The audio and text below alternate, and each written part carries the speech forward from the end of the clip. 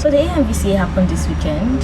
That is our Nigerian version or our African version of Met Gala, and it was a very beautiful show. It was a very beautiful event.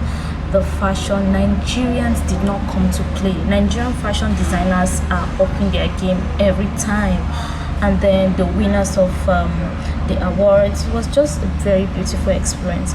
However, something stood out, and that is the people that got snubbed, or the people that did not win any awards, even though people think they should have won.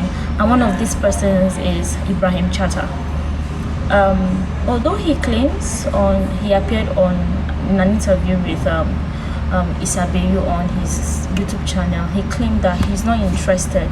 But a lot of people are questioning the integrity of the AMVC.